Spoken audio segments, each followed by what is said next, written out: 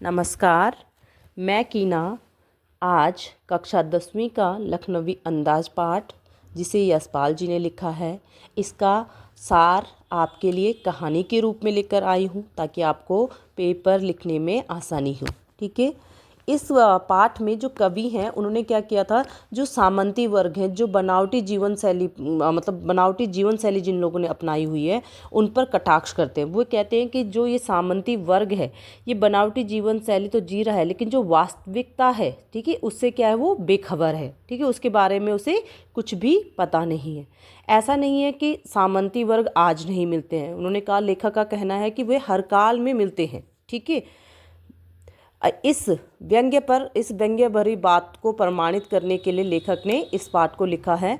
वे कहते हैं कि बिना किसी विचार के कहानी नहीं लिखी जा सकती, लेकिन इसे एक स्वतंत्र एवं मौलिक रचना के रूप में पढ़ा जा सकता है। ठीक है। अब देखिए पाठ का सार। लेखक नई कहानी लिखने व उस विषय के बारे में सोचने के लिए एकांत चाहता था, इसलिए उसने सेकंड क्लास का टिकट ले लिया। साथ ही उसकी इच्छा यह भी थी कि वह रेल की खिड़की से मार्ग में यानी कि रास्ते में जो आने वाले प्राकृतिक दृश्य हों उन दृश्यों को देखकर वो कुछ नया विषय सोच सके। ठीक है। जिस डिब्बे में वे चढ़े उसमें पहले से ही क्या है, एक नवाब साहब पालती मारे हुए बैठे हुए थे। उनके सामने 2 ताजे खीरे तौलिए पर रखे हुए थे। किनके सामने? नवाब साहब के सामने। लेखक के उस डिब्बे में चढ़ने पर नवाब साहब ने कोई उत्साह नहीं दिखाया। जैसे होता है ना कि हम लोग बात करना चाहते हैं लेकिन उन्होंने क्या है, कोई भी बातचीत करनी नहीं चाहिए। लेखक को लगा कि नवाब साहब उनके इस डिब्बे में आने से इसलिए खुश नहीं हैं क्योंकि किसी सफ़ेद पोश के सामने खीरे जैसी साधारण खाद्य सामग्री खाने में उन्हें हो सकता है कि संकोच हो। ठीक है।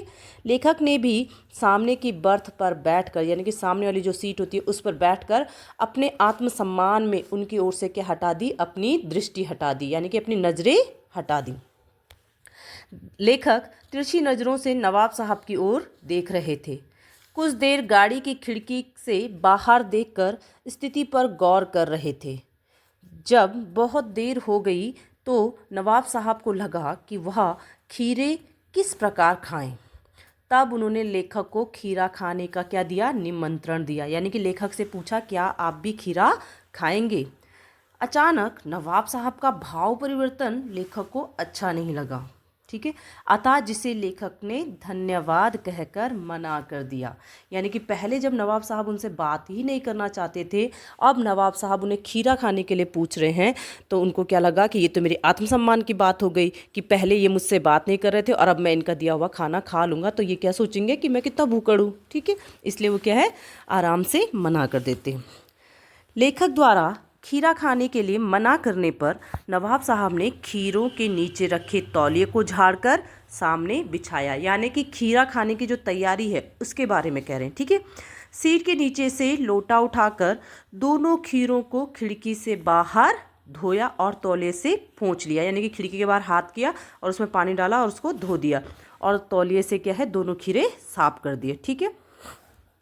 इसके बाद जेब से चाकू निकालकर दोनों खीरों के सिर काटे और उन्हें घिसकर उनका झाग निकाला और बहुत सावधानी से छीलकर खीरों की फांकों को करीने यानी कि तरीके से तौलिए पर सजाया। ठीक है। उसके बाद उन्होंने उन फांकों पर जीरा मिला नमक और लाल मिर्च की सुर्खी बुरक दी। यानी कि वो नमक, पिसा हुआ नमक जो था उसको डाल दिया।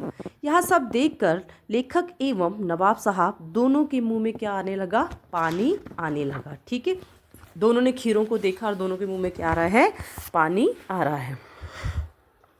यह सब करने के बाद नवाब साहब ने एक बार फिर से लेखक को खीरा खाने का निमंत्रण दिया। एक बार फिर से उन्होंने पूछा कि क्या आप खीरा खाएंगे? खीरा खाने की इच्छा होते हुए भी लेखक ने नवाब साहब को यह कहकर खीरा खाने से मना कर दिया कि उनका मैदा कमज़ोर है, यानी कि जो उनका पाचन तंत्र है वो क्या है, थोड़ा सा कमज़ोर है, क्योंकि वे पहले ही नवाब साहब को खीरा खाने के लिए क्या कर चुके थे, मना कर चुके थे। जब उन्होंने पहली बार उनसे पूछा था तो उन्होंने अपने आत्मसम्मान को बचाया था ना, अब वो दोबारा अपने आत्मसम्मान को तो नहीं झुका सकते थे ना, इसलिए उन्होंने दोबारा से क्या कर दिया, मना कर दिया। यही नहीं था कि उनकी इच्छा नहीं हो रही थी, उनकी इच्छा हो रही थी, लेकिन वो अपने आत्मसम्मान को बचा रहे थे। नवाब साहब ने खीरे की फाकों को देखा और खिड़की से बाहर देखकर लंबी सांस ली, ठीक है। और फिर नवाब साहब ने फाकों को आंख मूंद कर सूंघा, स्वाद का आनंद लिया, कि जैसे हम खा रहे हैं ना और हम बहुत टेस्टी हो रहा है तो हम क्या हो रहे हैं, मग्न हो रहे हैं उससे खाने में, ठीक है।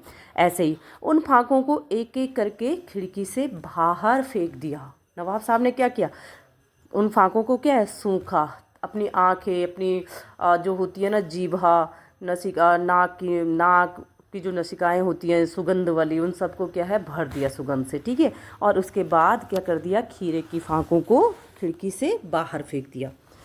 इसके बाद नवाब साहब ने लेखक की ओर देखते हुए तौलिए से हाथ और होंठ पोंछ लिए।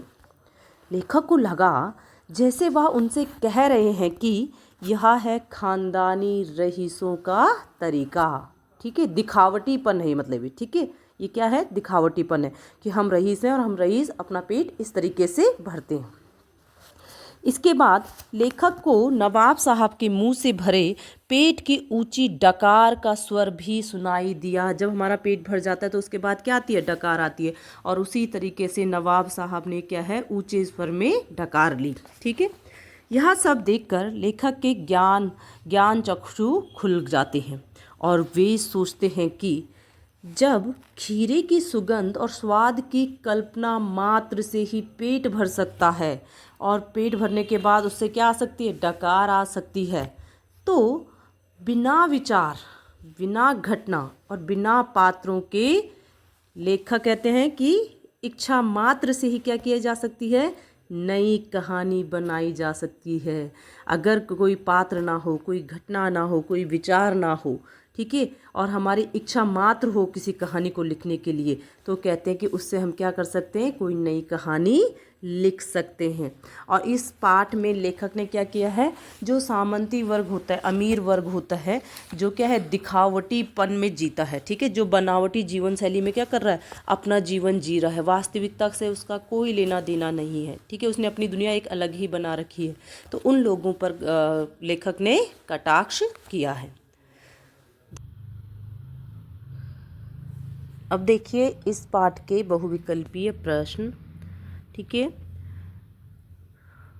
मुफस्सिल की पैसेंजर ट्रेन से क्या आशय है, ठीक है। आंसर देखिए, 4 ऑप्शन आपके पास आए हैं और जो आपका डार्क हो रखा है वो क्या आपका आंसर है। तो जैसे केंद्रस्थ नगर के इर्द गिर्द स्थानों पर जाने वाली गाड़ी।